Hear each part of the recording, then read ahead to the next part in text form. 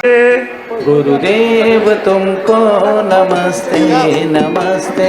तुम्हारे शरण में जो लग जाए रहने, तुम्हारे चरण में जो लग जाए रहने, वो पा जाए मुक्ति फिर हंसते हंसते। वो पा जाए मुक्ति फिर हंसते हंसते। गुरुदेव तुमको नमस्ते नमस्ते। गुरुदेव तुमको नमस्ते नमस्ते। तुम्हारे चरण के परस में जो आए, तुम्हारे चरण के परस में जो आए, वो मिथ्या को तज के सम्यक को पाए। वो मिथ्या को तज के सम्यक को पाए। तुम्ही ने तो खोले हैं आगम के रास्ते, तुम्ही ने तो खोले हैं आगम के रास्ते।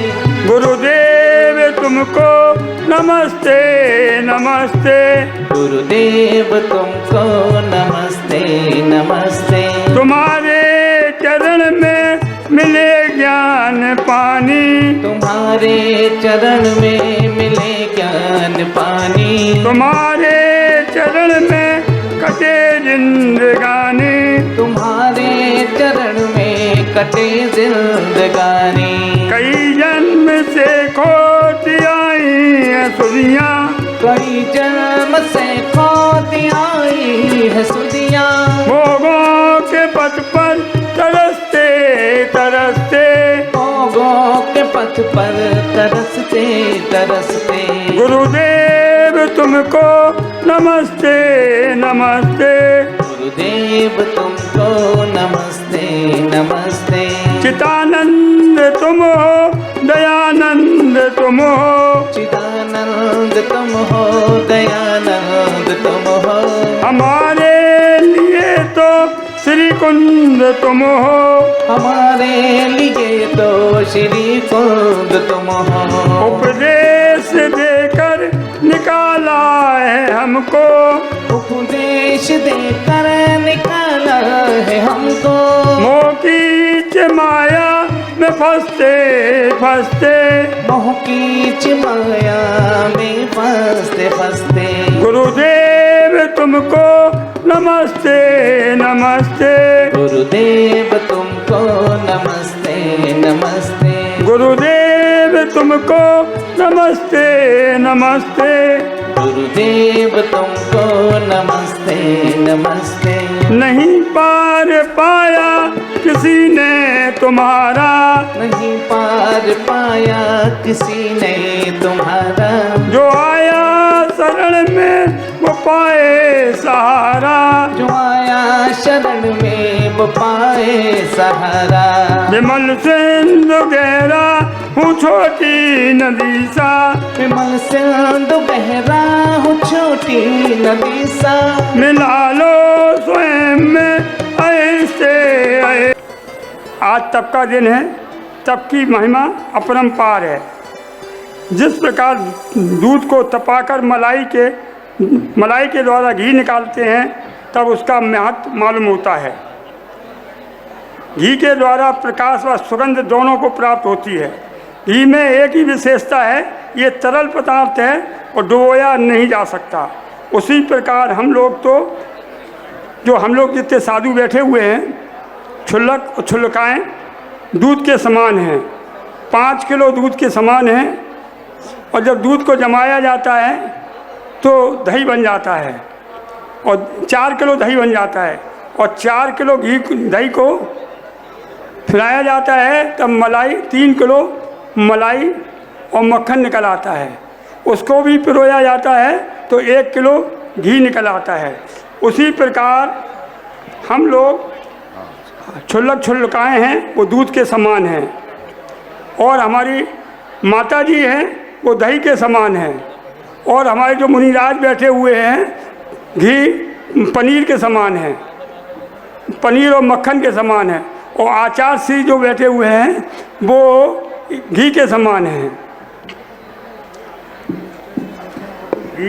हेलो घी को दूध में डाल दो, तभी दूध में तैरता रहता है। इसी प्रकार तप के माध्यम से विशुद्ध हुई आत्मा लोक के अग्रभाग में विराजमान है। बिना तप के आत्मा शुद्ध नहीं होती, बिना तप के आत्मा की कालमा नहीं छूटती, तप के बिना मुक्ति नहीं मिलती। तप के द्वारा सम्यक दर्शन, सम्यक ज्ञान, सम्यक चारित्र और रत्नत्रय की प्राप्ति होती है। चार ज्ञान के धारी तीर्थंकरों को तप के बिना अपूर्व सिद्धि नहीं हो सकती। दिगंबरी दीक्षा धारण करने के बाद भी तप करना पड़ता है, तब मुक्ति मिलती है। उसी प्रकार सम्यक दर्शन रूपी आटा और सम्यक ज्ञान का घी और सम्यक चारित्र की शक्कर, ये तीनों मिलाकर सम्यक तप की अग्नि पर तपाना होगा, तभी आत्मा रूपी हलवा का स्वाद आएगा। इसी प्रकार बिना तप के मुक्ति को प्राप्त नहीं हो सकती। तपस्या जैसा संसार में कोई शास्त्र नहीं है। अंतरंगे शत्रुओं का नाश कर देते हैं। इंद्रियों को रोकना ही तप है। मन को संयम रखें तभी आत्मा पवित्र होगी, क्योंकि मन सबसे ज़्यादा चलायमान होता है। इसलिए आज जो लोग भी नियम लेना चाहें वो आचार्य श्री के चरणों में नारियल चढ़ाकर अपनी तप धारण करें, यही मेरी भावना है। बोलो आचार्य प्रमुख सागर महाराज की।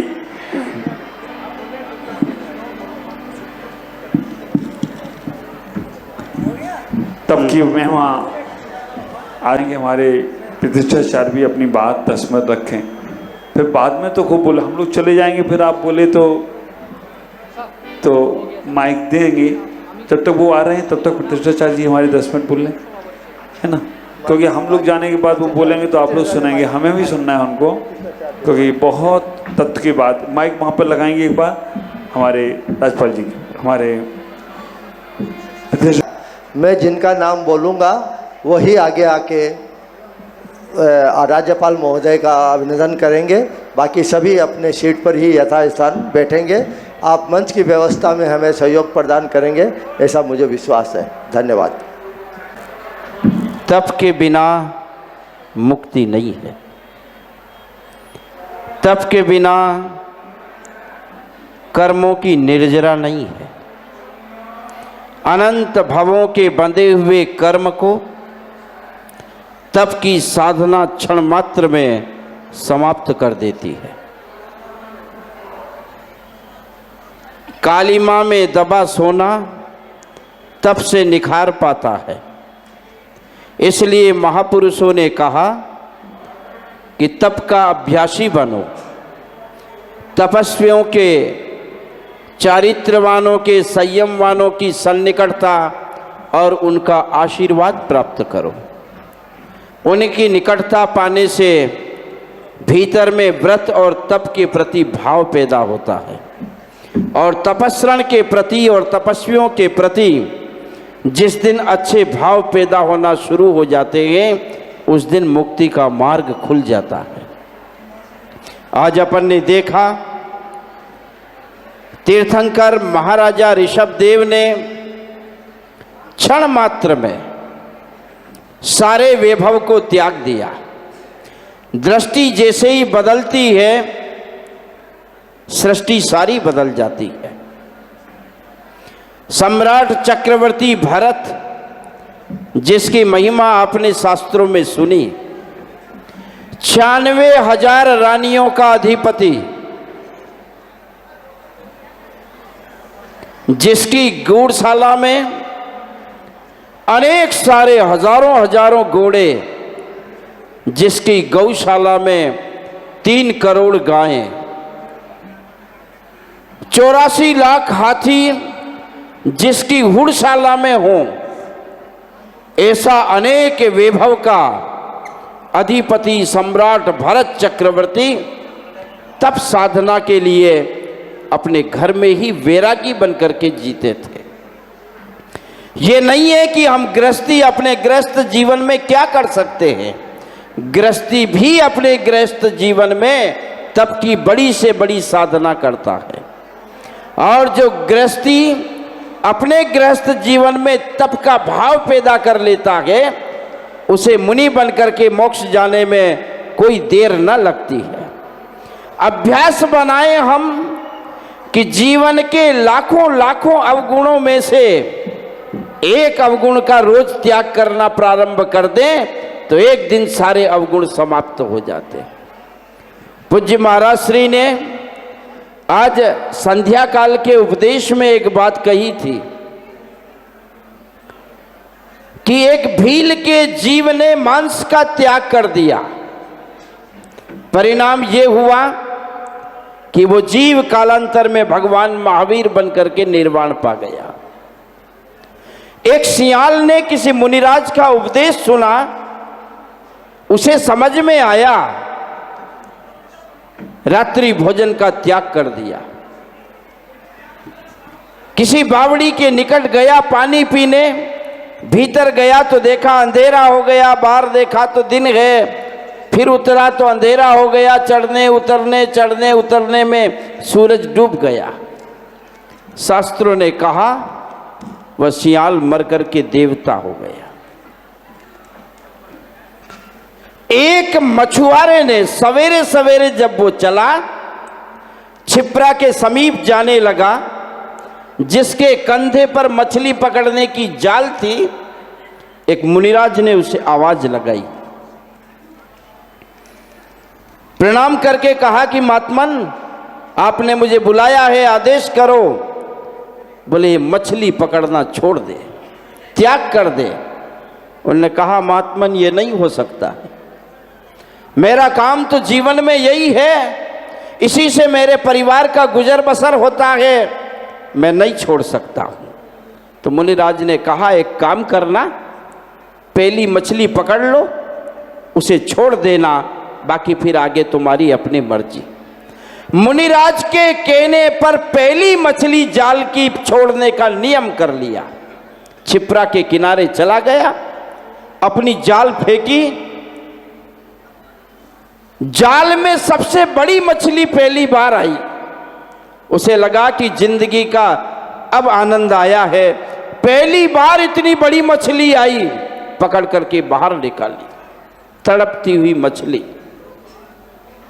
मुनिराज की बात याद आ गई। महाराज से एक नियम बना था कि पहली मछली छोड़ना है, छोड़ दूं? मन की एक परत ने कहा कि नहीं छोड़ूंगा, ये तो मेरा काम है। झांक के देखा तो महाराज नहीं दिख रहे हैं। अरे महाराज ने कहा है, लेकिन मैं नहीं छोड़ूंगा। लेकिन जब मछली पर दृष्टि पड़ी, फिर उसका मन बदल गया कि एक साधु से नियम लिया है मैंने, जिंदगी में एक मछली त्याग करने का नियम लिया है, निर्वाह करूंगा। अपने दुपट्टे का एक टुकड़ा अलग किया, मछली की पांख में बांध करके छोड़ दी। कुछ समय बाद फिर जाल फेंकी, वही मछली फिर आ गई। तीसरी बार फिर छोड़ करके जाल फेंका, वही मछली आ गई। उसने देखा कि ये मछली बार बार आती है, छिप्रा के परले किनारे चला गया, फिर जाल फेंकी, वही मछली आ गई। सवेरे से शाम तक मशक्कत करता रहा, लेकिन एक नियम के सहारे उसने मजबूती और दृढ़ता रखी। उसका परिणाम ये हुआ कि वो वहाँ से तो खाली हाथ चला गया, लेकिन कहते हैं कि वो मर करके देवता हो गया। इतना बड़ा व्रत और तपस्या और त्याग का परिणाम है। हम अपने जीवन में समझें त्याग की महत्ता को। भोगने के लिए सारा संसार है, लेकिन जितनी क्षमता है उतना ही तो भोग पाएंगे। आप जीवन में त्यागी हैं। ये जितनी महिलाएं बैठी है असम में, ये सब बहुत बड़ी त्यागी हैं। इनके घरों की अलमारियों में यदि देखें तो 200 से ज्यादा साड़ियां एक एक बहन के पास है। लेकिन मैं आपसे पूछूं, एक समय में कितनी साड़ी पहनते हैं? 2 पहनने वाली भी होंगी, 3 पहनने वाली भी होंगी। एक समय में कितना ब्लाउज पहनते हैं? एक पहनते। मेरा ये देवता सामने बैठा हुआ है, ये एक समय में कितना सूट पहनता है, एक कोट पहनेगा, बाकी है, बाकी का त्याग करना चाहिए। एक त्याग शाश्वत होता है और एक त्याग अवसर का होता है। हम अपने जीवन में 199 साड़ियों का जब साड़ी पहने तब त्याग कर दें कि जब तक ये साड़ी नहीं खुलेगी दूसरी साड़ी नहीं पहनूंगी, मेरे को 199 साड़ी का त्याग है। आप तपस्वी कहलाएंगे। त्याग के तरीके हैं, त्याग का अपना होता है कि मन और दृष्टि बदलना होता है। मन और दृष्टि यदि बदल जाएगी, आपके घर में एक से एक बढ़िया कंबल है, आप ओढ़ते हैं तो एक ओढ़ते हैं, बिछाते हैं तो एक गद्दा बिछाते हैं, बाकी सबका सोते समय त्याग कर दें तो कहलाता है कि जीवन में त्याग है। और त्याग की शुरुआत यदि संस्कार में हो जाती है, यदि संस्कार में त्याग की शुरुआत हो गई तो जीवन में तपस्वी की श्रेणी में अपन सभी आके जाएंगे। आओ भगवान ऋषभ देव के जीवन को आधार बना करके त्याग के सूत्र को समझें। नेम बिना न लहे परमारथ। कवि बनारसी दास जी ने कहा कि जिंदगी में यदि परमार्थ की प्राप्ति करनी है तो नियम तो लेना होगा। बिना नियम से खुले घोड़े की तरह यदि घूमते रहे तो जिंदगी में चाहे कोई भोगने को मिले या ना मिले, लेकिन कल्याण तो नहीं हो सकता है। इसलिए त्याग में रुचि बढ़ाएं, तपस्या में रुचि बढ़ाएं। आप कम तपस्या नहीं करते हैं, कम तपस्या नहीं करते हैं आप, आपकी तपस्या बहुत ऊंची है। एक व्यापारी जब दुकान में जाता है और बहुत ग्राहकी होती है, ग्राहकों की भीड़ लगती है, उस समय यदि कोई चाय या कोई नाश्ता टेबल पर पड़ा हो तो वो इसे भोग नहीं पाता है। तो त्याग की वो श्रेणी है। तो इस तरह से त्याग में अपना अभ्यास बनाएं। महानुभाव आए, आज हमारे बीच में असम राज्य के माननीय गवर्नर राज्यपाल महोदय गुलाब जी कटारिया साहब पधार रहे हैं, उनका अपन यहाँ अभिनंदन करेंगे। ये गुलाब चंद जी कटारिया राजस्थान में राजनीति के दौर में निर्दोष और निष्कलंक राजनेता रहे हैं। इनके जीवन में चाहे वो शिक्षा मंत्री के पद पर रहे, गृह मंत्री के पद पर रहे, लेकिन रंच मात्र भी किसी तरह की कालिक इनके चरित्र पर नहीं है। इतना ऊंचे दर्जे का राजनेता है। जैन समाज के साथ संपूर्ण समाज को साथ लेकर के सबके पक्ष और हित का काम करने के लिए इन्होंने बहुत सेवाएं दी है। एक साइकिल से सल करके ये राजनेता पधार चुके हैं।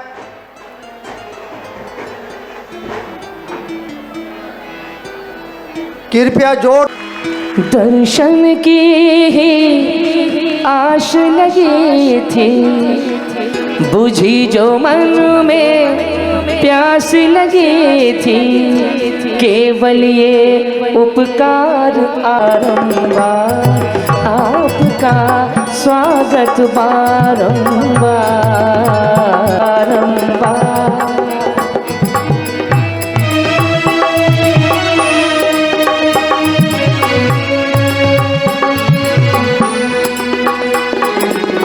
दर्शन की ही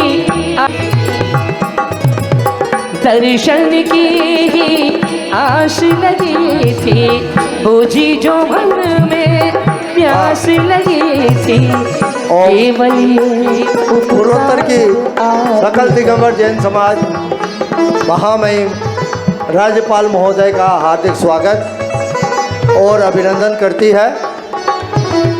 स्वागत बारंबार, आपका स्वागत बारंबार, स्वागत बारंबार, आपका स्वागत बारंबार, स्वागत बारंबार।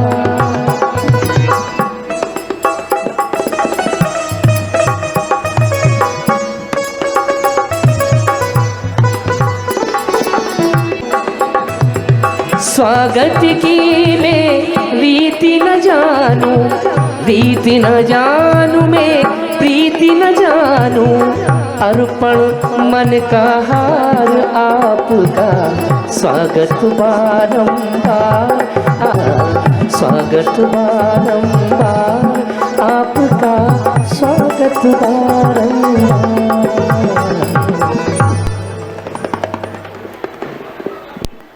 बोलिए गुवाहाटी के मूलनायक 1008 भगवान की जय। हमारे सामने विराज की समस्त मुनि आर्यका संघ की। महानुभाव, आज हमारे बीच असम के महामहिम राज्यपाल श्रीमान गुलाब चंद जी कटारिया, पूर्वोत्तर की सकल दिगंबर जैन समाज आपका हृदय से हार्दिक स्वागत और अभिनंदन करती है। आप अपने व्यस्तम समय से यहाँ समय निकाल के आए, इसके लिए हम दिल से आपका आभार व्यक्त करते हैं।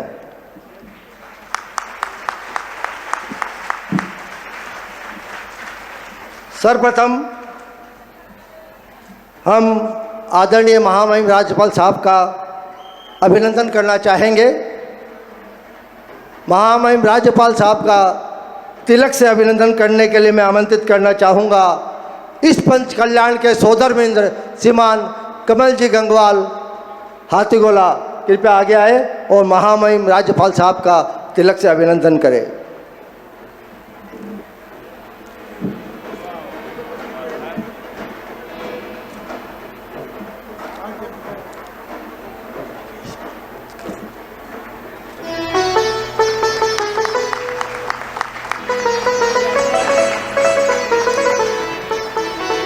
और माला पहनाने के लिए मैं आमंत्रित करना चाहूँगा श्रीमान विजय जी चूड़ीवाल साहब।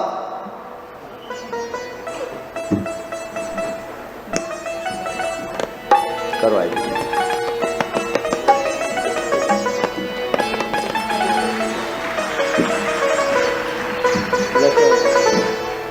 चूँकि महामहिम आज हमारे पंच कल्याण के महोत्सव में अपनी सहभागिता यहाँ प्रदान कर रहे हैं, इसलिए हम मुकुट के द्वारा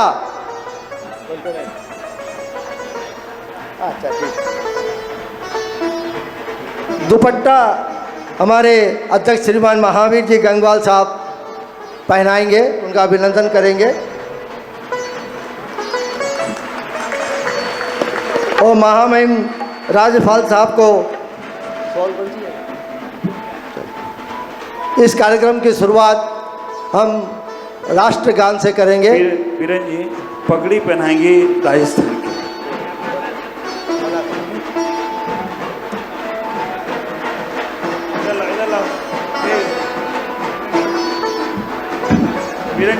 बीरन जी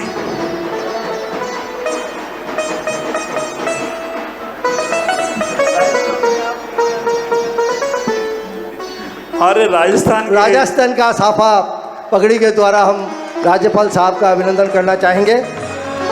मेरा अनुरोध राज्यपाल साहब और अध्यक्ष महोदय से कि भगवान महावीर के चित्र के समक्ष दीप प्रज्वलन करें।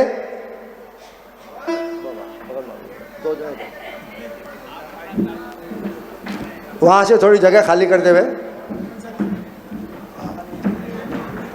साथ में रॉयल ग्लोबल यूनिवर्सिटी के चांसलर श्री अशोक जी पंसारी भी यहाँ उपस्थित है, उनसे भी अनुरोध है कि वहाँ दीप प्रज्वलन में राज्यपाल साहब महोदय के साथ जाए।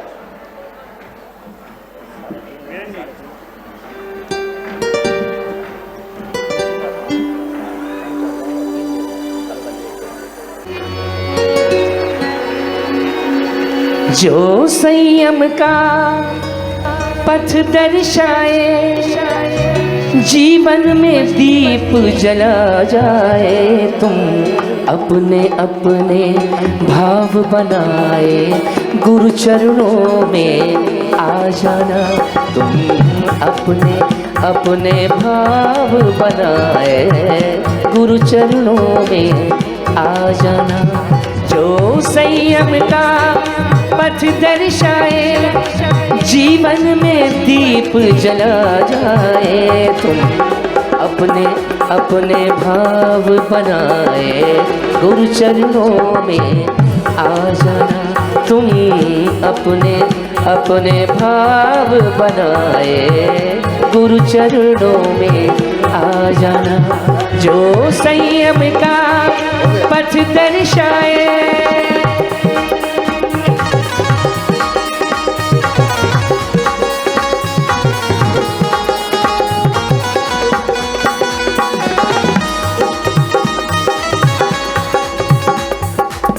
वेलकम एड्रेस के लिए मैं आमंत्रित करना चाहूँगा हमारे समाज के अध्यक्ष श्रीमान महावीर जी गंगवाल को कि वो आगे आए और वेलकम एड्रेस से आज की सभा को संबोधित करें। श्रीमान महावीर जी गंगवाल साहब।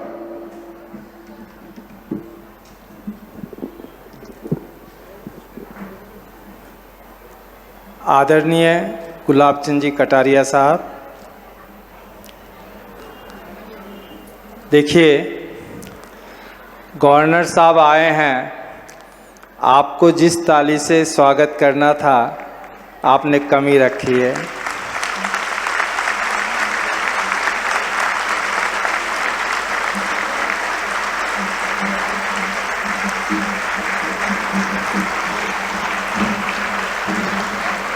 सूर्य पहाड़ आप लोग कितने लोग गए पता नहीं, जब गवर्नर साहब को पता चला तो आप लोगों के पहले गवर्नर साहब दर्शन करके आ गए।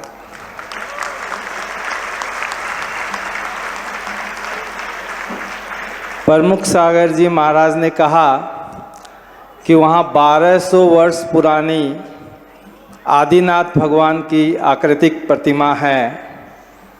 जैन धर्म 1200 साल पहले से यहाँ है, तो क्यों न वहाँ भगवान आदिनाथ की प्रतिमा चैतालय बनाकर विराजमान की जाए। और आज ये जो पंचकल्याण है वो सूर्य पहाड़ में प्रतिमा विराजमान करने का पंचकल्याण है। और गवर्नर साहब को जैसे ही पता चला ये पंचकल्याण हो रहा है, आज आपके सामने वो उपस्थित है। उन्होंने शिकायत की कि आप इतनी देरी से मुझे क्यों इत्तला किए। अगर ये कार्यक्रम मुझे पहले बताते तो मैं पहले दिन से ही इस कार्यक्रम में रहता। आप अपना समझते हो इसलिए देरी से इत्तला किया है। मैं गवर्नर साहब से इस विषय में माफ़ी चाहूँगा, ये गलती रही है और इस गलती को हम भविष्य में नहीं दोहराएंगे, ये आश्वासन मैं गवर्नर साहब को देना चाहूँगा।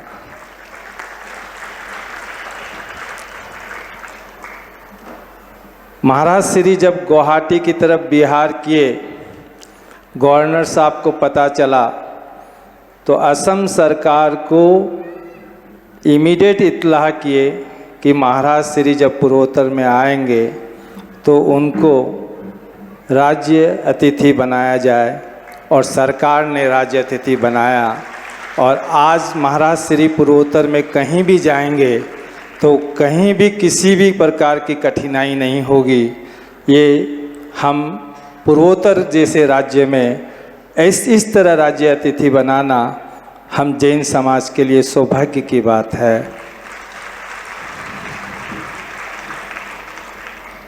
गवर्नर साहब से हमने पहले भी निवेदन किया था कि भगवान महावीर का 2550 निर्माण महोत्सव है।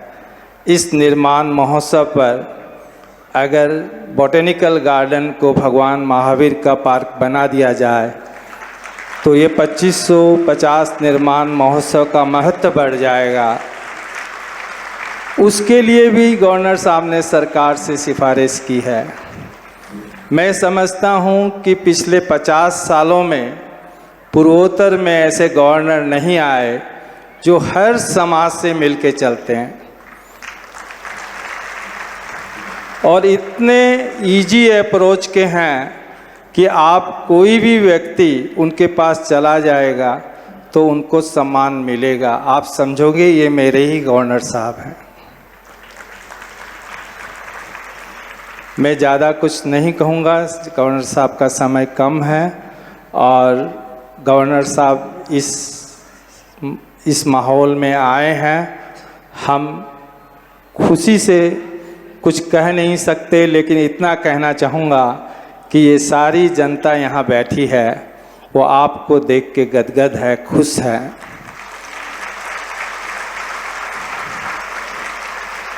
धन्यवाद।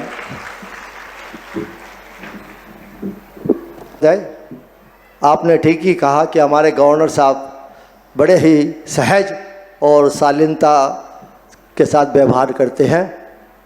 हम अपने आप को धन्य समझते हैं कि आसाम को ऐसा गवर्नर मिला है जहां हम इजीली इनसे मिल सकते हैं। मैं आचार्य श्री 108 प्रमुख सागर जी महाराज से निवेदन करूंगा कि अपने मंगल आशीष से आज की इस सभा को संबोधित करें। बोलिए आचार्य श्री 108 प्रमुख सागर जी महाराज की जयकारा गुरुदेव का। सभी लोग पूरी चेतना के साथ दोनों हाथ उठाते हुए जयकारा बोलेंगे। आदिनाथ भगवान की, सूर्योदय अहिंसा जैन तीर्थ की, पार्श्वनाथ भगवान की, वात्सल दिवाकर आचार्य भगवान गुरुदेव पुष्प दंत सागर जी महाराज की।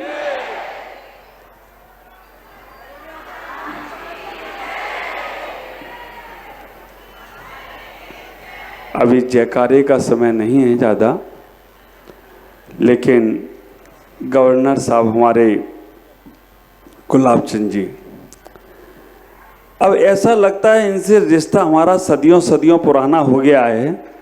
एक बार, दो बार, तीन बार में तो पक्की हो ही जाती है बात। और वास्तव में आज भगवान के पंचकल्याणक में हमारे राज्यपाल जी आकर इन्होंने अपनी एक ऐसी महत्वता बना ली।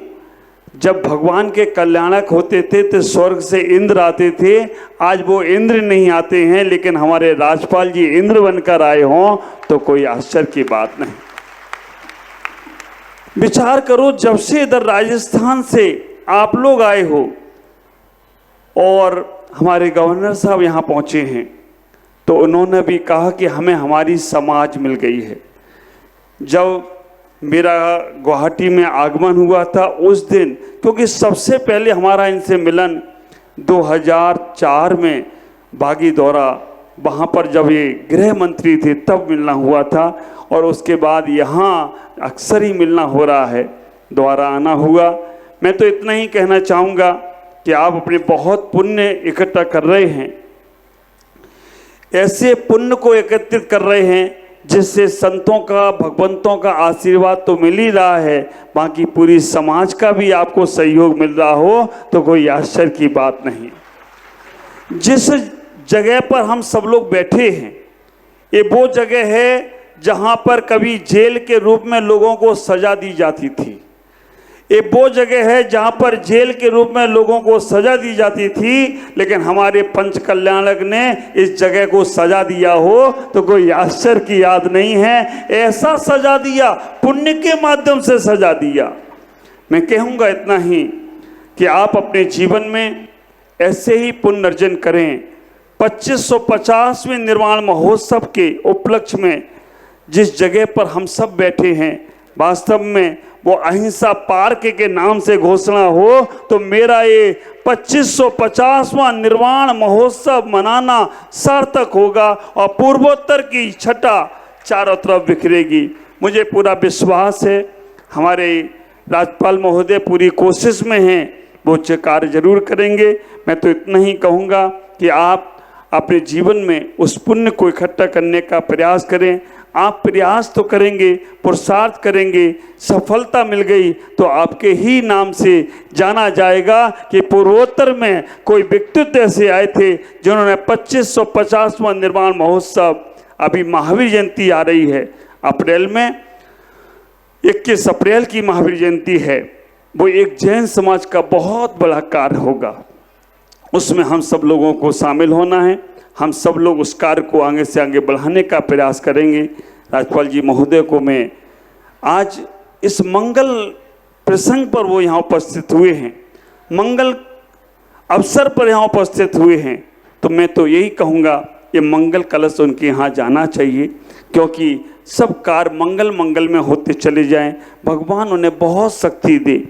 आज पूर्वोत्तर में जहाँ पर जैन समाज एक अपना अस्तित्व रखती है, जैन समाज अपना एक वर्चस्व रखती है, और वो जैन समाज को सूर्य उदय पहाड़, मैं राज्यपाल जी से कहना चाहूँगा उस तीर्थ का नाम सूर्योदय अहिंसा दिगंबर जैन तीर्थ रखा गया है।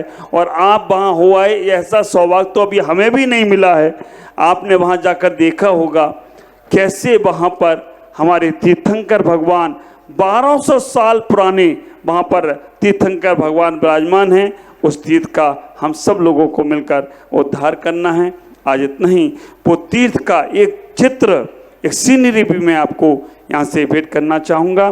बाकी का एक बहुत सारी बातें हैं, लेकिन समय इजाज़त नहीं देता, क्योंकि राज्यपाल जी ने बोला पहले आप बोलो महाराज, बाद में मैं बोलूँगा, और उनको आगे भी जाना है। तो आज इतना ही कहूँगा।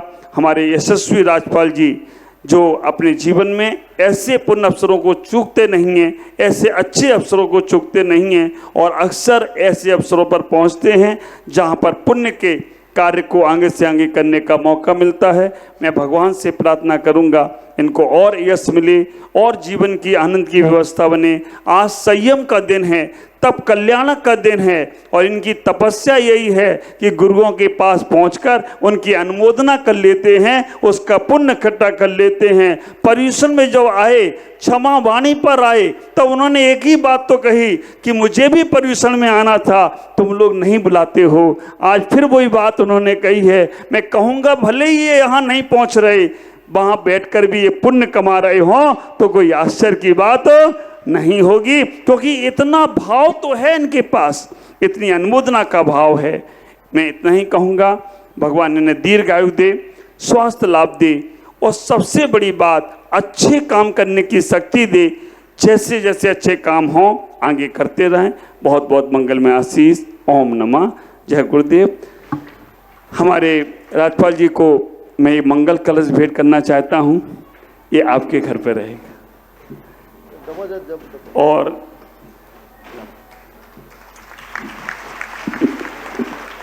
एक अहिंसा तीर्थ की बहुत सुंदर सीनरी है। सूर्योदय अहिंसा दिगंबर जैन तीर्थ की बहुत सुंदर एक फोटो फ्रेम है, और फोटो सीनरी भी देंगे यहाँ पर।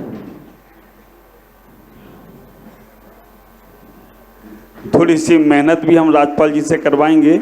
हमारे ओम प्रकाश जी यहाँ पर आएंगे। बहुत सुंदर उन्होंने एक पुस्तक अपने परिवार की तरफ से यहाँ प्रकाशित की है, तो उसका विमोचन भी हमारे राज्यपाल महोदय से वो करवाने का प्रयास करेंगे। बहुत सुंदर पुस्तक है, उसका विमोचन हमारे राज्यपाल जी करने का। पुस्तक का नाम है पुष्प प्रमुख वचनामृत, और इस पुस्तक का विमोचन हमारे महामहिम राज्यपाल साहब श्रीमान गुलाब चंद जी कटारिया कर रहे हैं।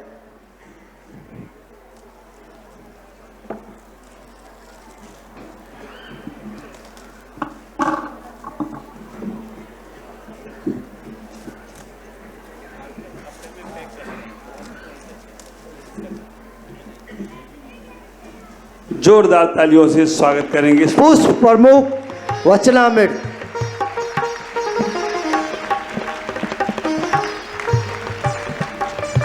एक पुस्तक हमारे जीवन पथ हमारी रतन प्रभा बहन ने लिखी है, और वो भी पुस्तक मैं इनको भेंट कर रहा हूँ। रतन प्रभा जी यहाँ हैं क्या? बाबूजी अगर हाँ आ सक, हाँ बाबूजी आ जाएं एक बार। आनंदी लाल जी जो हमारे माता पिता बने भगवान के, वो यहाँ पर एक मिनट के लिए एक पुस्तक वो भी यहाँ पर भेंट कर रहे हैं। बहुत सुंदर कविता की पुस्तक एक लिखी है, बाबूजी भेंट करेंगे।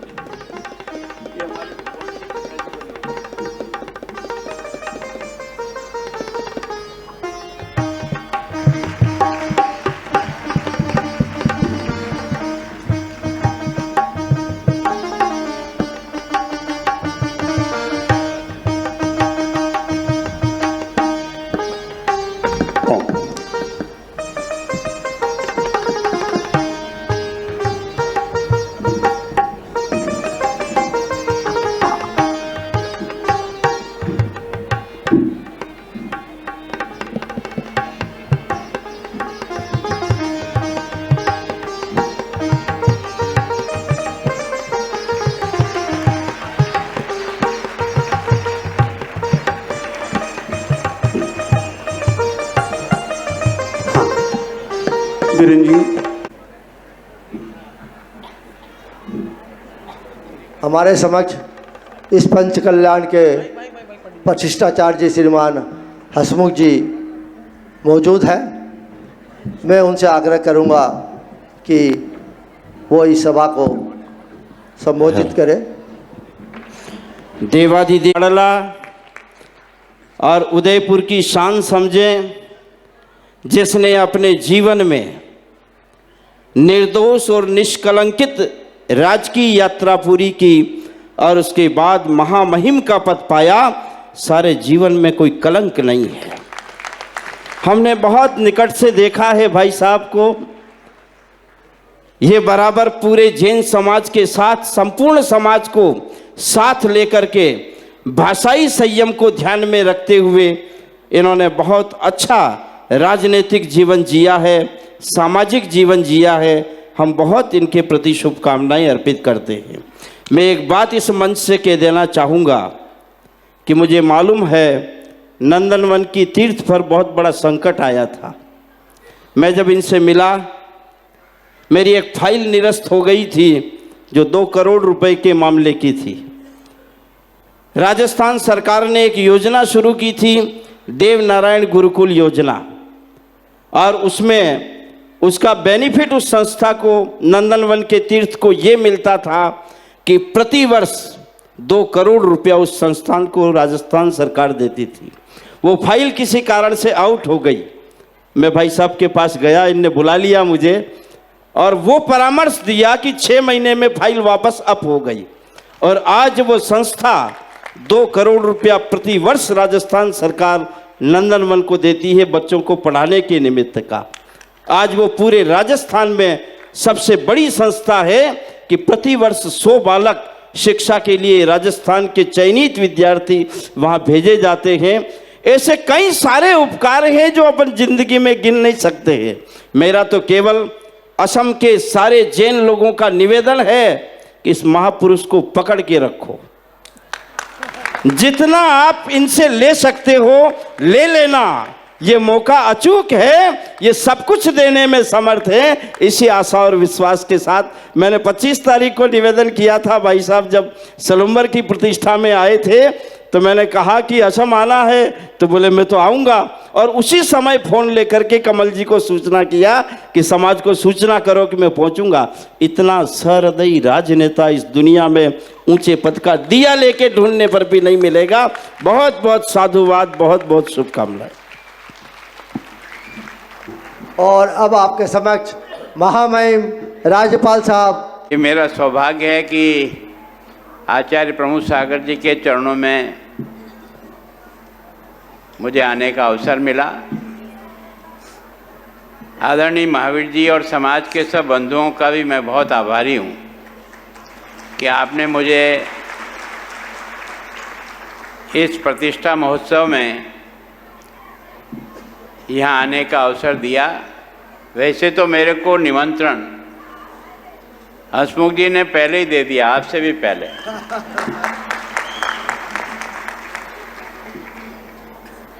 जब मैं वर्धमान सागर जी के यहाँ प्रतिष्ठा महोत्सव में गया था तभी आगे का कार्यक्रम तय हो गया था, पर आप लोगों ने मुझे जानकारी नहीं दी, इसके मुझे नाराज़गी थी।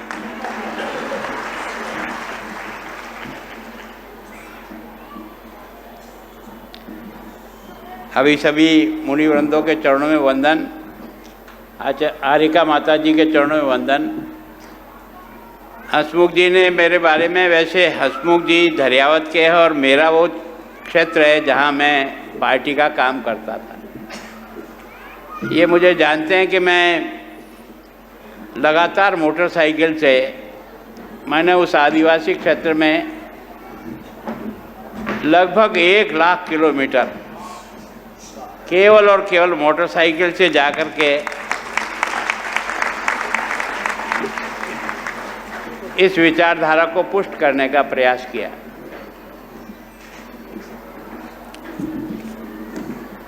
अभी प्रतिष्ठा के माता पिता और सभी प्रमुख लोग भी यहाँ विराजमान हैं। समाज के सब बंधु यहाँ विराजमान हैं। माताओं बहनों, आप और मैं दोनों भाग्यशाली हैं कि हमको ऐसे चरणों में बैठने का ईश्वर ने मौका दे दिया, भाग्य का।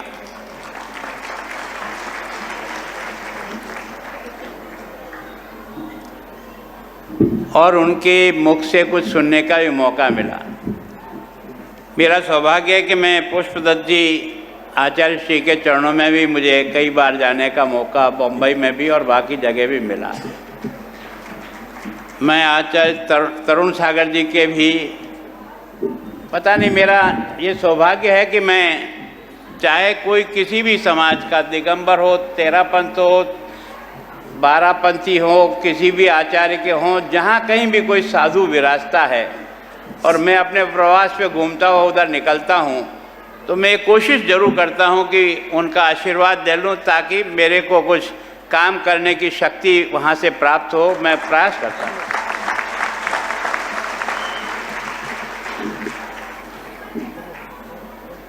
सच में मैं अगर ठीक हूँ तो उसका कारण यह है कि मैं ऐसे चुंबक से हमेशा जुड़ा रहा, जिसके कारण से मेरे जीवन में, और जब कभी भी कोई जीवन में कमी आनी शुरू होती है तो कोई न कोई ऐसा आधार मिल जाता है जिसके कारण से फिर से गाड़ी रास्ते पर आ जाती है।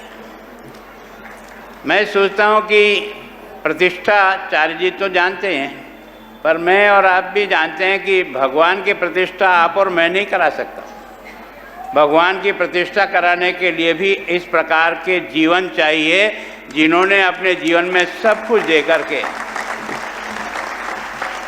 भगवान की इस मूर्ति में प्राण डालने की ताकत आप में और मुझे नहीं हो सकती। उसकी ताकत के लिए भी उसी प्रकार के साधक चाहिए। अभी आपने देखा होगा देश के प्रधानमंत्री ने 11 दिन तक प्राण प्रतिष्ठा में सम्मिलित होने के लिए जिस दिनचर्या का पालन किया, वही कर सकता है अभी आप और मैं नहीं कर सकता।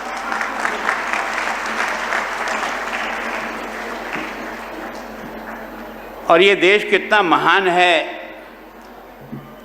यहाँ प्रभु की इस मूर्ति में भी मंत्रों के द्वारा इसमें प्राण डाला जा सकता है।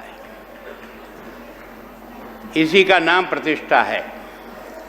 और भगवान भी पैदा होता है तो हवाई जहाज से नहीं आता है, भगवान भी किसी की निजी माँ की कोख में आता है। और इसलिए वहाँ से हमारा कार्यक्रम चालू होता है और उसके बाद उसके जीवन के विभिन्न चरणों में से वो गुजरता है और फिर भगवान का स्वरूप बन जाता है, केवल ज्ञान प्राप्त कर लेता है। इसका मतलब समझ में तो आता है ना कि आप और मैं भी चाहें तो भगवान बन सकते हैं। भगवान बनने की उस प्रकार की क्रियाएं चाहिए जो हमारे अब तक के तीर्थंकर हुए हैं। सोचने की जरूरत यही है कि भगवान ने वो शक्ति हमारे पे दी तो है, हम उसका कितना उपयोग करते हैं ये हमारे पर निर्भर करता है। हर व्यक्ति में ये क्षमता है क्योंकि हम सब प्रभु के अंश हैं और वो क्षमता हमारे में है। हम भाग्यशाली ऐसे हैं कि ऐसे तपस्वी लोगों के चरणों में बैठने का, जिन्होंने अपना सब कुछ देकर जो कुछ भी उन्होंने अर्जित किया है अपनी तपस्या से, वो आपको और मुझे बांटते हैं। अब ये हमारा भाग्य है कि हम उसको लेकर के कितना ग्रहण करते हैं ये हर एक पे अलग अलग निर्भर है। पर मैं आचार्य जी से एक प्रार्थना जरूर करता हूँ, इस समाज को आप बहुत कुछ दे रहे हैं, ये रात्रि शादियाँ इनसे बंद करा दो, बस मैं आपसे इतना चाहता हूँ।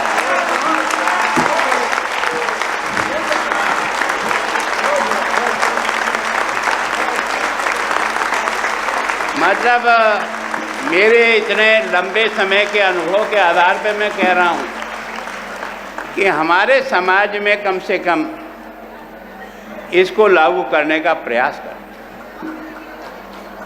और जिन खानों को हम अभक्ष्य कहते हैं वो हमारी शादी में नहीं बनना चाहिए, इसके बारे में सोचें।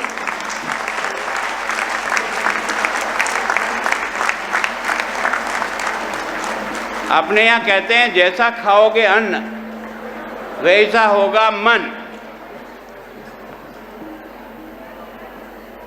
जैसा पियोगे पानी वैसी होगी वाणी। तो हमारे लोगों ने जिन शब्दों को घड़ा है वो बहुत लंबे समझ के बाद घड़ा है। ये अभक्ष्य भोजन भी मनुष्य के दिमाग में फतूरे पैदा करता है। जितना सादा भोजन होगा उतना ही काम करने की ताकत बढ़ेगी। अब ये दिन में एक बार ही भोजन करते हैं, अपन दिन में 20 बार करते हैं। जब चीज मिली तब उठाई ठोकी, अब बावड़ा ये पेट भी क्या करेगा। और इसलिए हमारे जितने नियम बनाए ना, ये बहुत साइंटिफिक है। अगर मनुष्य को अच्छी जिंदगी जीना है तो इनका पालन करने का प्रयास करिए। और दूसरा, मैं जिसके लिए आपसे विनम्र प्रार्थना करता हूं, अपने बच्चों को संस्कारित करने का प्रयास करो।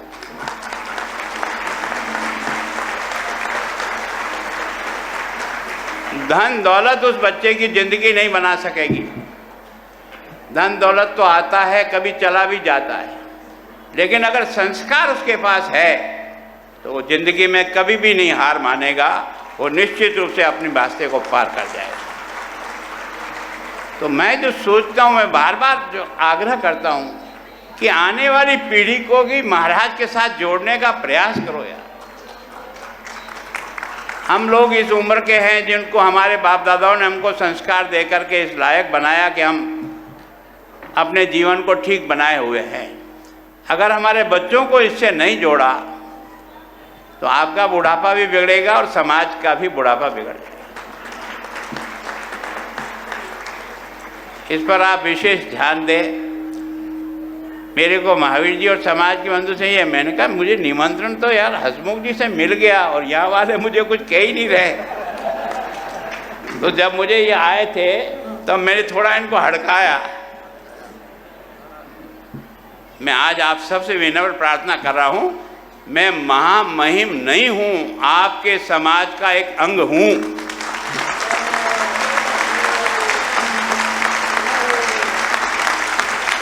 जिस समाज से मुझे इतना जो कुछ मिला है ना, वो समाज के कारण से ही मिला है। मैं राजनीति में भी इतना जो स्टैंड कर पाया हूँ, मैं अगर बॉम्बे में भी जाता था पार्टी को चलाने के लिए, पैसा लेने के लिए, तो ये सारे के सारे जैन समाज के ही दुकानदार थे जो मुझे पैसा देते थे और मैं चुनाव उसे आदिवासी एरिया में लड़ाता था। तो मैं सोचता हूँ दान देना हमारा स्वभाव भी है, हमारे काम में काम किया। दो चीज़ करने का प्रयास करो आप, जैसा जीटो ने किया, आप भी जैन समाज में कोई न कोई ऐसा फंड जरूर बनाइए जिसमें हमारे ये जो टैलेंट बच्चे और बच्चियां हैं इनको अच्छे एजुकेशन के लिए रास्ता बनाइए। ये ही हमारे संकट में सहारा होंगे। जो हमारे बच्चे होंगे जो विभिन्न पदों पर, आप कितने भी करोड़पति अरबपति बन जाओ पर एक छोटा सा अधिकारी भी आपकी घेटी मोड़ देता है। वहाँ आपकी रक्षा करने वाला कोई नहीं मिलता है। अगर आपके इन बच्चे और बच्चियों को तैयार नहीं किया तो आगे का रास्ता बहुत संकटमय है। और उसमें भी जैन समाज की बच्चियों की टैलेंट का कोई मुकाबला ही नहीं है।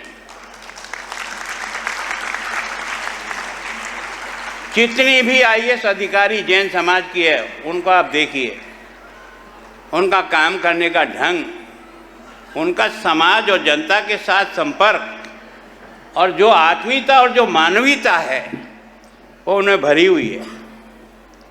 तो मैं सोचता हूँ कि आप सब लोगों को इतने शादी ब्याह इतने जोर झपाटे से करते हो, थोड़ा सा हिस्सा उसमें से निकाल करके समाज के इस फंड में देने की कोशिश करो,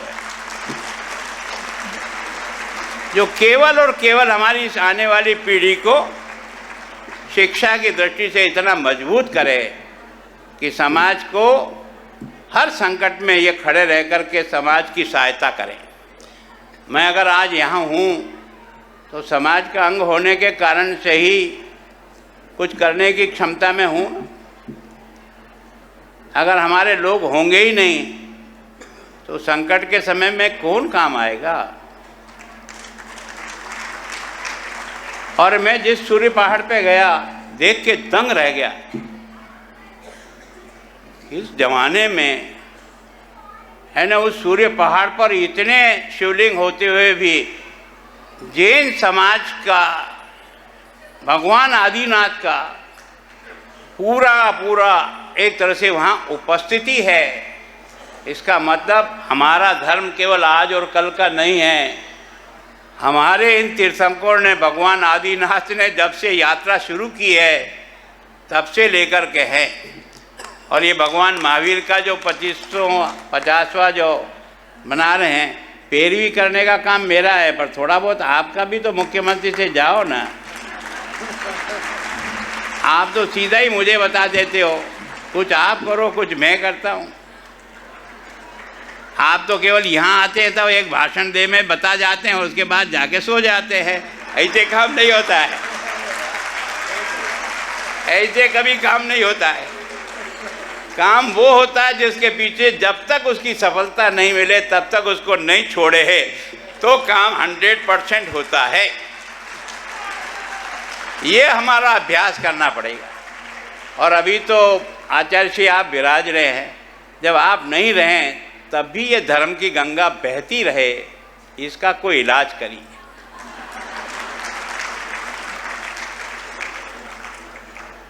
कारण क्या है कि लोहा भी अगर बार बार हथौड़ी से मारो तो उसका कुछ न कुछ टुकड़ा तोड़ ही लेता है। वैसे ही व्यक्ति के जीवन पर संस्कारों का हथौड़ा पड़ता रहे तो वो असर किए बिना रह ही नहीं सकता। वो निरंतरता चाहता है, वो लगातार चाहता है। और इस कारण से इससे कैसे जोड़ सकते हैं ये आप देखें। आचार्य श्री, मैं तो आपसे आशीर्वाद हमेशा, मैं कभी साधु से नहीं मांगता हूँ मुझे इससे बड़ा पद दे, इससे ना, कुछ नहीं चाहिए। मैं एक श्रावक हूँ, जैन समाज का अंग हूँ। जहाँ हूँ वह जैन समाज का सर गर्व से ऊपर उठे कि हाँ मैं हूँ। मेरे काम से, मेरे व्यवहार से, मेरे जीवन की श्रेष्ठता से, मेरी सादगी से, मेरी जन सेवा से समाज का भी सम्मान हो, ये आशीर्वाद दीजिए। बाकी तो आए हैं चले जाएंगे, कुछ ले जाएंगे नहीं, भले महामहिम हो न भले कैसे ही महिम हो, जाना तय। इसको कोई नहीं रोक सकता है। मन में एक संतोष लेके जाए कि धरती पर आए हैं तो कुछ करने का प्रयास किया है, बस इतना आशीर्वाद आपका रहे। अब तक तो 40-45 साल ये यात्रा इसी तरह से आप जैसे संतों के चरणों में निकल गई, आगे भी निकल जाएगी। मेरी तरफ से विश्वास दिलाता हूँ कि कोई कमी नहीं छोड़ूंगा जिसके कारण से आपका सर झुक जाए। आप सीना तान करके खड़े रहिए और जो कुछ मुझसे हो सकता है वो मैं करूँगा। मेरी कृपा है कि आप इस रात्रि विहाव को बंद करा दो, बंद करा। हमारे लिए शोभाजनक नहीं है। मैं जो कुछ भी जाता हूँ, मुझे तो क्योंकि जहाँ भी बुलाए वहाँ जाना पड़ता है, पर मुझे अच्छा नहीं लगता। और कुछ चीज़ें अपने नई पैदा कर दी आजकल, उस पर भी थोड़ा सा, ये जो संगीत संध्या है, ये संगीत संध्या भक्ति संध्या में कैसे बदली जा सकती है तो बदली है।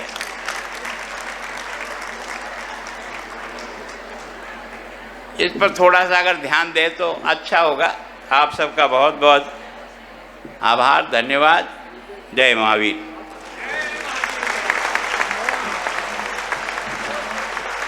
सारे के सारे जैसे घर के बड़े बुजुर्ग हमारे चाहते हैं, वो कितने लोग देखो आज विश्वास दिलाना है, उन्होंने हमसे निवेदन किया और मैं आपसे कर रहा हूं। कितने लोग खड़े होकर संकल्प करना चाहते हैं, हम रात्रि में शादी विवाह नहीं करेंगे, दिन में ही करेंगे, खड़े होंगे अपने स्थान पर। उन्हें विश्वास दिलाना है, आज हमें खड़े होइएगा। मैं देखना चाहता हूं रात्रि में हमारी जैन समाज में शादी नहीं होना चाहिए, दिन में फेरे डालो। आप दिन में फेरे डालेंगे समय ये संकल्प तुम्हारे पंच कल्याण की प्रतिष्ठा में सहयोगी बनेंगे। मैं देख रहा हूं सबके चेहरे पर बोलेंगे हे भगवान, हम लोग रात्रि में शादी नहीं करेंगे, फेरे का काम दिन में ही करने का प्रयास करेंगे। और हम जो आजकल बच्चे करने लग गए ना, शादी करना चाहूँगा, आपकी बात सब लोगों ने मानी है। एक बार आप लोग अपने लिए जोरदार तालियों से स्वागत करेंगे और मन में संकल्प करेंगे। आज हमारा भी दिल चौड़ा हो गया। हमारे महामहिम जी का बात वास्तव में आज बहुत मूड में रहे, उन्होंने अपने घर की परिवार की बात कही है। मैं बहुत बहुत मंगलमय आशीष देता हूँ। सभी लोग अपने स्थान पर बैठेंगे और अभी मैं भगवान के पास जाऊँगा, जिनकी प्रतिष्ठा हो रही है उनके पास लेके जाऊंगा। आप लोग यहीं रहेंगे, आप लोग उठेंगे नहीं। हाँ, मंत्री जी कुछ बोलेंगे?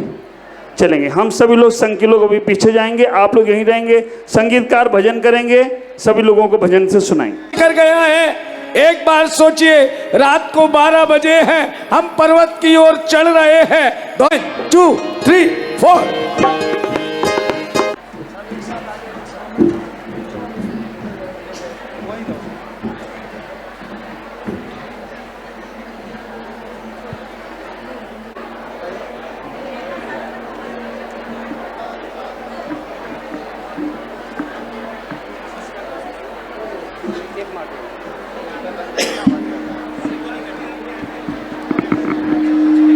अभी क्यों आएंगे? 8 सभी खड़े होकर दोनों हाथ उठाकर तालियां बजाकर उनका अभिवादन करें।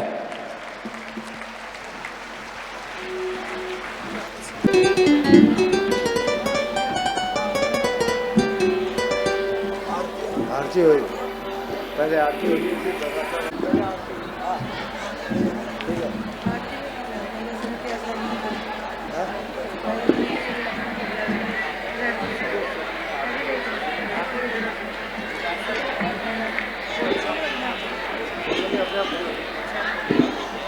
है जैन के चांसलर भी है, आज यहाँ आए हैं। समिति आपको हार्दिक धन्यवाद और आभार व्यक्त करती है।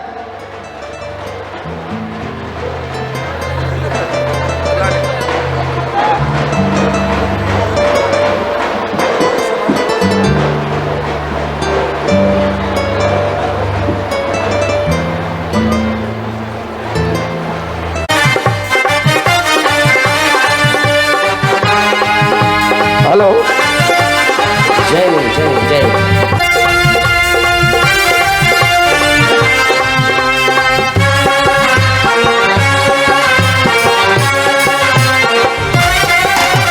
तालियां बजाइए, अभिवादन कीजिए आज के आरती कर्ता का। खड़ी हो जाओ बहन जी, आरती बैठे बैठे नहीं होती।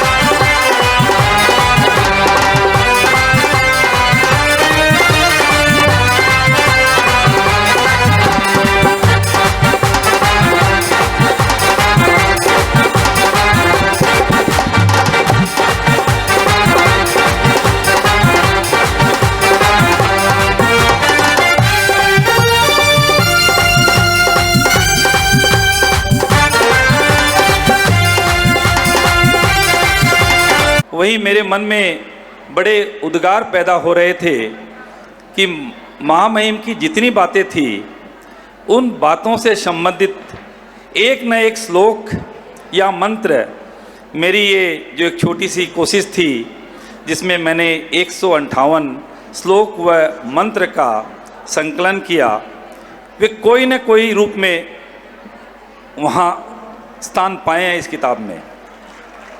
तो जब मेरे को कमल जी ने, सुरेंद्र जी ने कहा कि आप 2 शब्द बोले, तो महाराज जी जैसे महान व्यक्ति के सामने कुछ बोलने की हिम्मत तो नहीं हुई, पर राज्यपाल महोदय की कुछ बातों के रेफरेंस में जो श्लोक मेरी पुस्तक में है, मैं सोचा क्यों न मैं उन बातों को इन श्लोकों के माध्यम से भक्त के जनों के सामने बोलकर यह प्रमाणित करना चाहूँ कि हमारे शास्त्रों में, हमारे धर्म ग्रंथों में ये बातें हजारों हजार साल पहले वर्णित की गई है।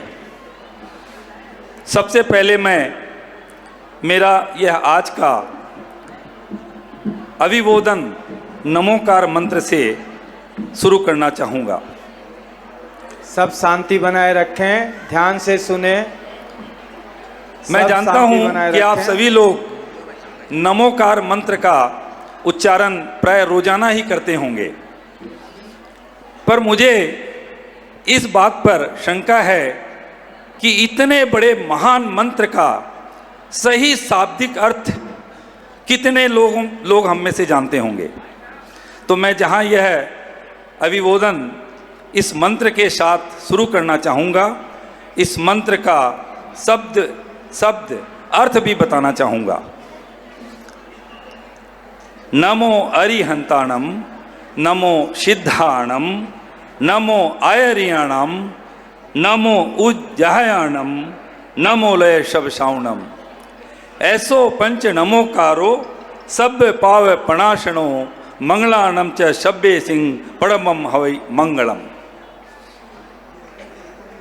सब अरहंतों को नमस्कार, सब सिद्धों को नमस्कार, सब आचार्यों को नमस्कार, सब उपाध्यायों को नमस्कार, सब साधुओं को नमस्कार।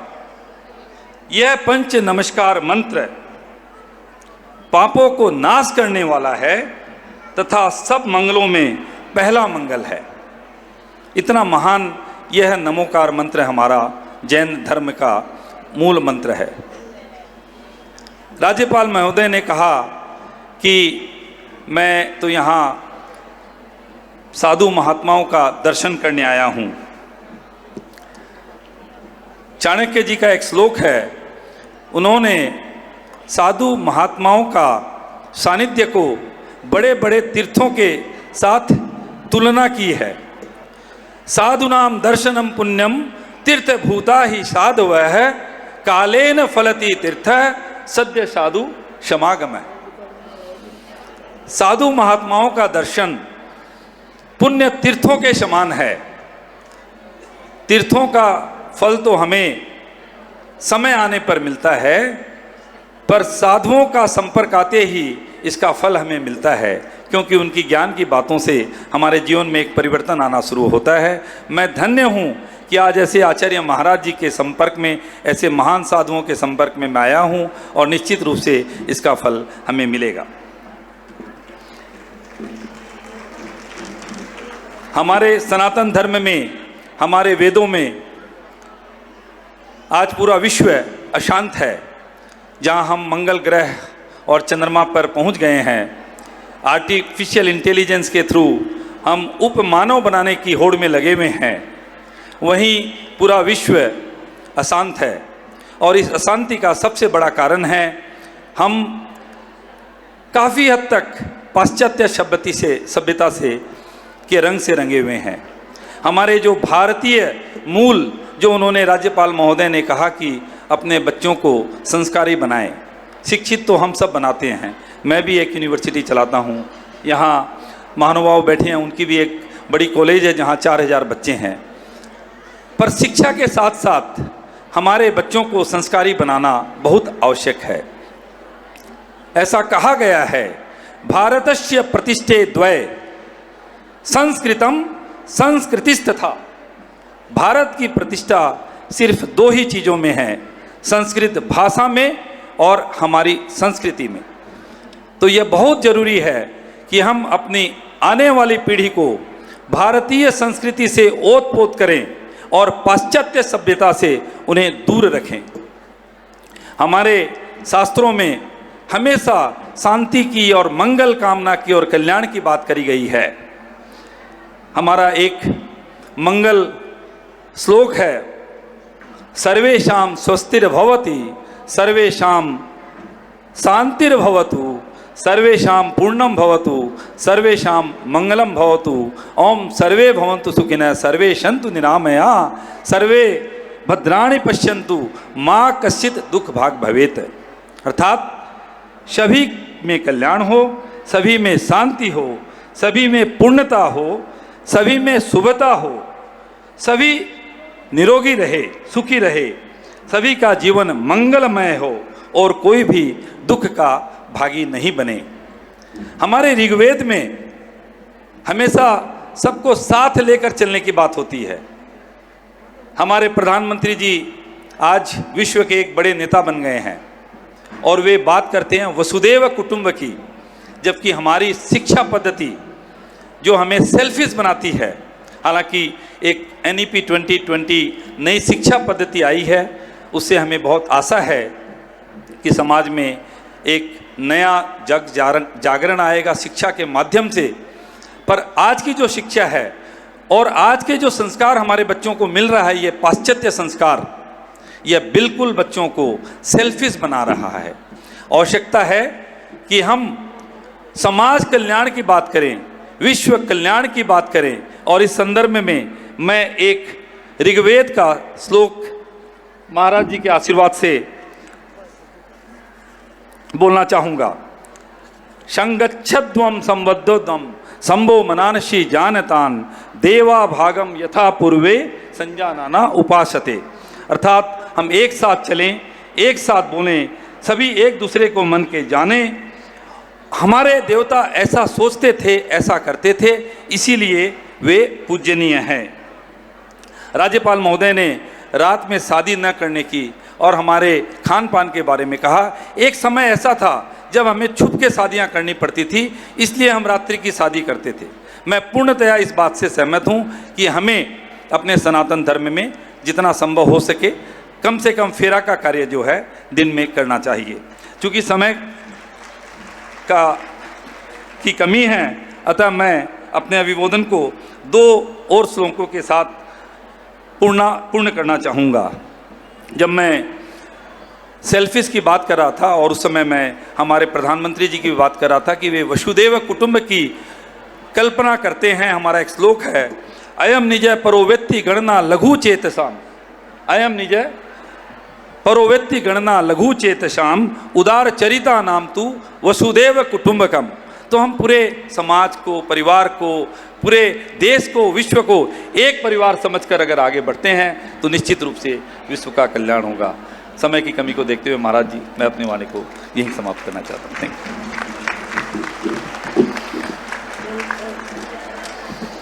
उन्होंने इस कविता संग्रह की रचना की है अत्यंत ही सहज सरल भाव में, और यहाँ पर सारे मंत्रों का सार आपको मिलेगा, सारे शास्त्रों का सार मिलेगा। चांद से मानव का संवाद जो कविता उन्होंने लिखी, उन्होंने भाव में मैं इस पुस्तक में मैंने कविताओं का विवेचन लिखा है, आप उसे पढ़िएगा। चूंकि समय कम है, गुवाहाटी समाज को इस बात पर गर्व करना चाहिए कि इस समाज में एक ऐसी संस्कारी विदुषी महिला है जिन्होंने साहित्यिकों से जिनका मेरा परिचय है, मैंने उनसे जब चर्चा की तो उन्होंने शब्दों की क्लिष्टता को दूर कर और इसे सहज सरल बना दिया, ताकि ये छोटे से छोटे मस्तिष्क वाले विचारों के धनी व्यक्ति के लिए भी ये किताब करीब पहुंचे। बहुत बहुत धन्यवाद। इस पुस्तक का विमोचन, प्रकाशन गुवाहाटी समाज की गुवाहाटी श्रीमान आनंद कुमार जी सेठी, जो इस पंच कल्याण के भगवान के पिता बनने का गौरव प्राप्त हुआ, उनको मैं आमंत्रित करना चाहूँगा कि उन करे। और जब एक पुस्तक का विमोचन हो गए तो आपकी तालियों की गड़गड़ाहट से यह पूरा हॉल गुंजायमान हो जाना चाहिए, ऐसा मुझे पूरा विश्वास है।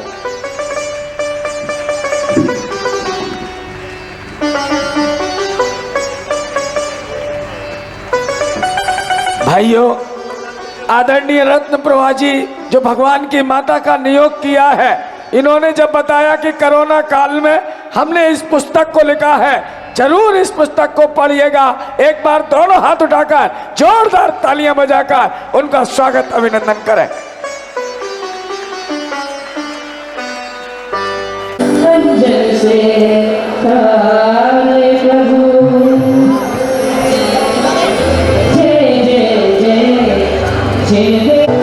जय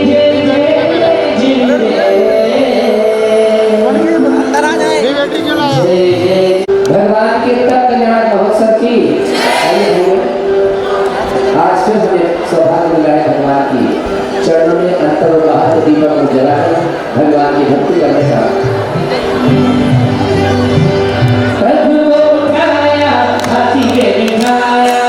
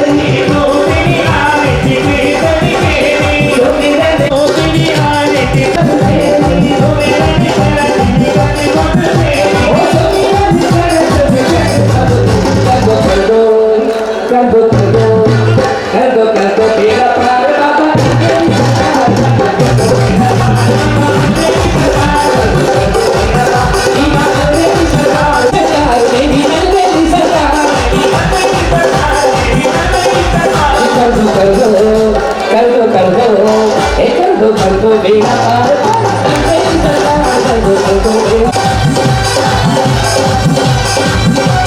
कर दो बेड़ा पार। ऐसे बेड़ा पार नहीं होगा, अपना दोनों हाथों को उठा के हवा में अंग्रेजी सरकार कर दो बेड़ा पार, अंग्रेजी सरकार, अंग्रेजी सरकार, अंग्रेजी सरकार,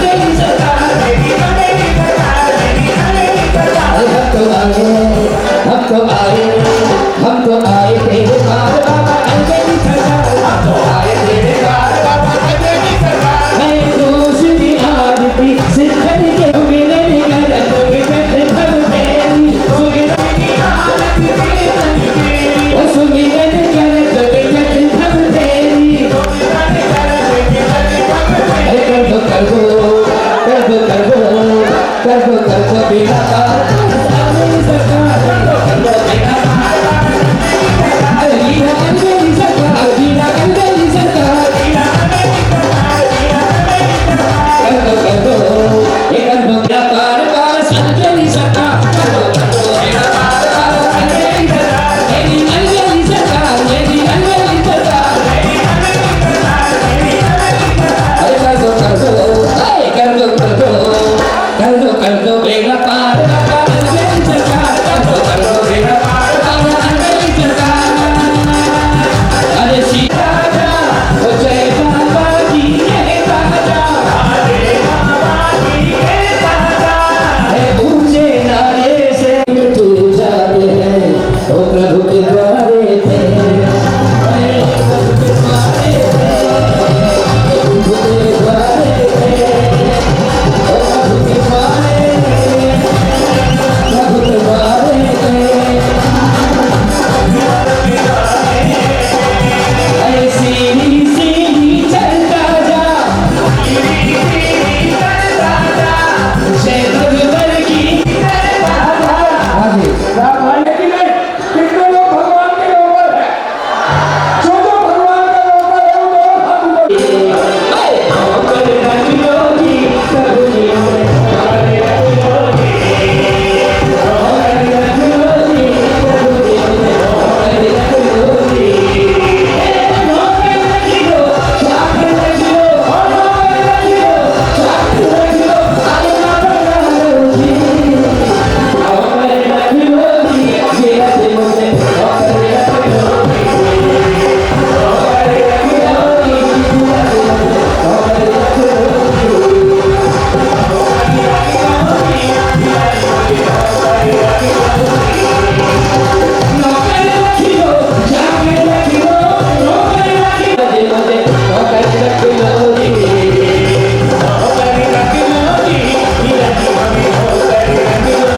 जो हाथ ना उठाए उसे उसके पड़ोसी की कसम।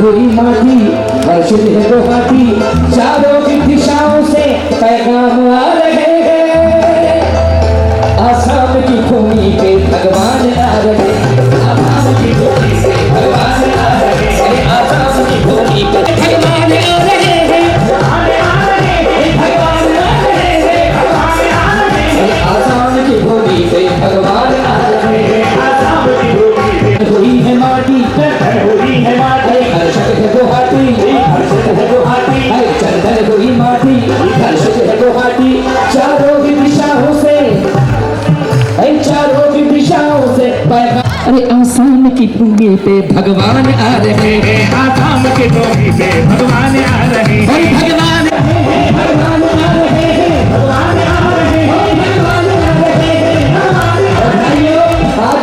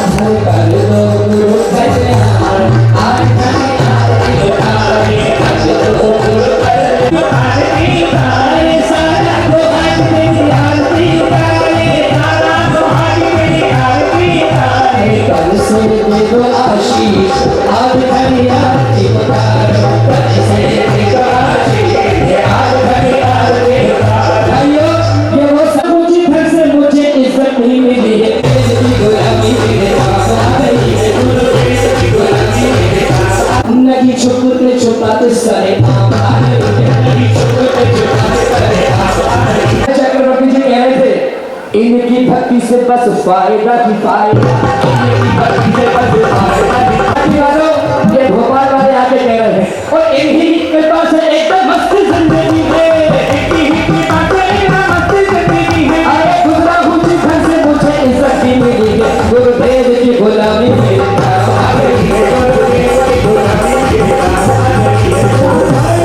आज चक्रवर्ती जी कह रहे हैं सोदर मित्रानी दिल ठाकी सोदर मित्रानी कह रही है दिल ठाकी कुबेर कह रहे हैं मुझे ऐसा मेरा मोती गुरुदेव मोती ऐसा मोती कोई सागर में न होगा। मुझे ऐसा मेरा मोती मुझे ऐसा मेरा मोती ऐसा मोती कोई सागर में न होगा। मुझे ऐसा मेरा होगा मुझे ऐसा मेरा तारा मुझे ऐसा तारा कोई अंबर में न होगा।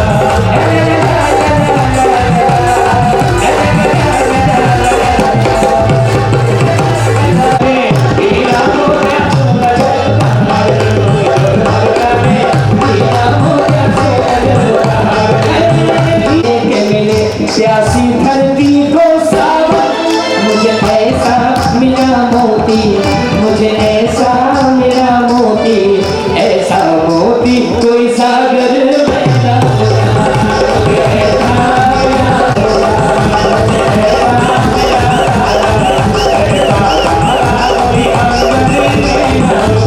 और ये आचार्य भगवान प्रमुख सागर जी महाराज की स्पर्श का चातुर्मास सूर्य पहाड़ पर करे ऐसा निवेदन कर रहे हैं। चलिए सभी मंच खाली भाई गिर के रह जा रही है। सभी अपने स्थान पर पहुंचेंगे खाली करिए सम्मेलन का कार्यक्रम आरंभ करेंगे उससे पहले मंगल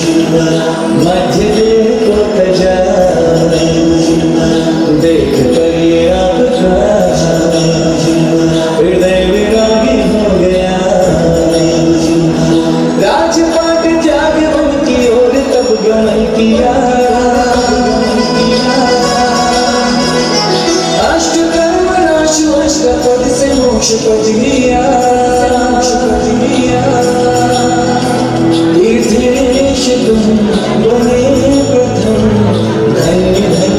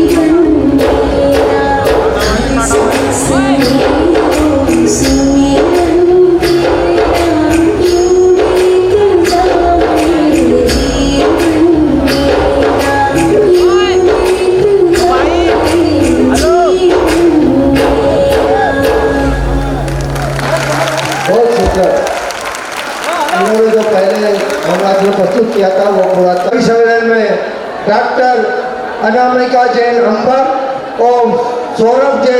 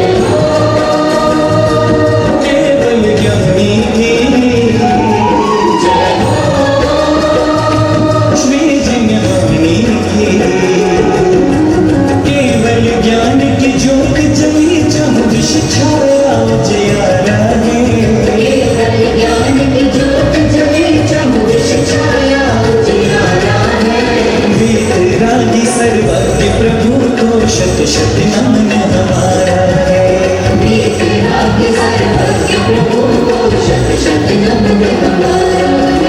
समर शरण में दिव्य ध्वनि बन झड़ती जिनागम धारा है।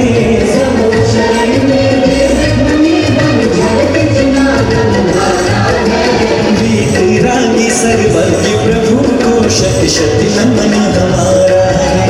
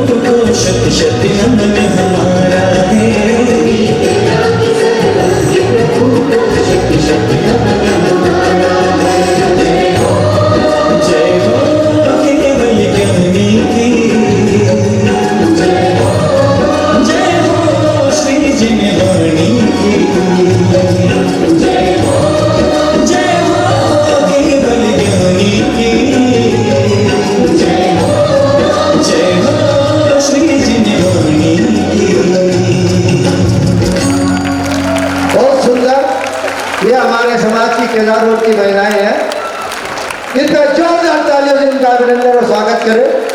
आपको बहुत बहुत धन्यवाद। और कल भगवान का ज्ञान कल्याण